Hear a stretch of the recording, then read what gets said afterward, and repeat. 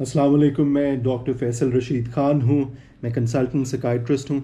आज मैं आपसे बात कर रहा हूँ कि एक साइकोलॉजी में एक फ़िनोमेना होता है जिसको स्केपगोटिंग कहते हैं। यानी घर में, ख़ानदान में किसी एक इंसान को, एक शख्स को तमाम मसलों का, तमाम परेशानियों का ज़िम्मेदार ठहरा दिया जाता है और सब उसको ब्लेम करना शुरू हो जाते हैं कि हमारी ज़िंदगी में जितनी मुश्किलात हैं, जितनी टेंशनें हैं, वो इस एक इंसान की वजह से हैं।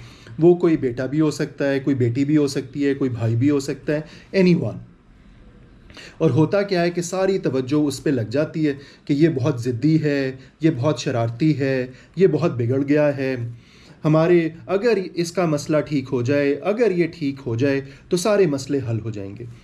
जो हस्बैंड वाइफ के, माँ बाप के आपस के तनाज़ात हैं, जो उनके कॉन्फ्लिक्ट्स हैं, अपने जो शादी की पेचीदगियाँ हैं, वो शायद उस एक इंसान के ठीक हो जाने से सब कुछ दूर हो जाएगा and life will be happy. देखें, ऐसे नहीं होता।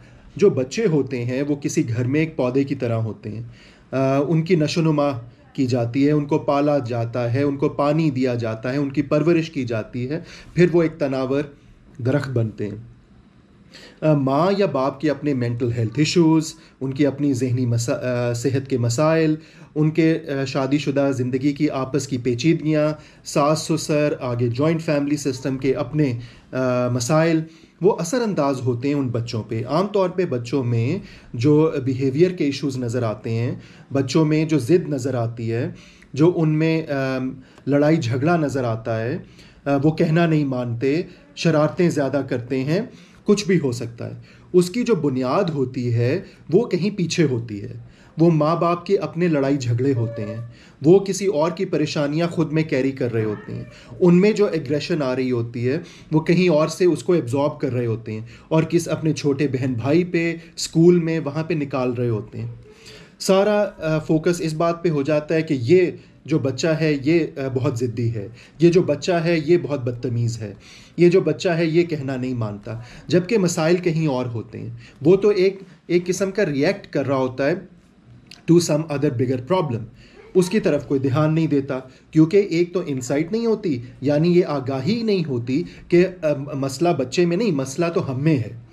दूसरा, ये इंसान को ख़ुद एक्सेप्ट करना बहुत मुश्किल होता है कि मसला वाकई उस बच्चे में नहीं है, बल्कि मुझ में है, मेरे शौहर में है, मेरी बीवी में है, या पीछे मेरे माँ बाप या जॉइंट फैमिली सिस्टम का कोई और इशू है। इसको स्केपगोटिंग कहते हैं, जो मैंने शुरू में बात की थी। और इसके बारे में बात करना, इसको मेंशन करना इसलिए ज़रूरी है कि हमारी फैमिलीज़ में मैंने देखा है कि ये प्रॉब्लम बहुत कॉमनली नज़र आता है जब पेरेंट्स अपने बच्चों को लेके आते हैं, और जब आप उनसे बात करना शुरू करते हैं अकेले में, तो फिर पता चलता है कि कहानी तो कहीं और से शुरू हो रही है। ये जो सारा मसला है ये बच्चे का तो मसला नहीं है, मसला तो ये पीछे माँ बाप का है, मसला मसला तो ये बाकी बड़े ख़ानदान का है। उस माँ की अपनी ज़हनी से वो बहुत ज़्यादा स्ट्रेस में है, बाप खुद बहुत ज़्यादा स्ट्रेस में है, उन दोनों की अनहैप्पी मैरिज है माँ बाप की, उसका असर बच्चे पे हो रहा है। तो चीज़ों को गहराई से, चीज़ों को संजीदगी से समझना चाहिए। ब्लेम करने से, स्केप गोटिंग करने से, किसी एक को सारी परेशानियों का मुर्द इल्ज़ाम ठहरा देने से मसाइल ज़िंदगी के हल नहीं होते, क्योंकि जो ह्यूमन लाइफ्स होती हैं वो बहुत कॉम्प्लेक्स होती हैं, वो इतनी सिंपल नहीं होती कि एक मसला ठीक होने से तमाम मसले हल हो जाएं। तो यही मकसद था आज की वीडियो का। उम्मीद है आपके लिए ये मुफीद होगी। अगली वीडियो तक के लिए खुदा हाफिज़।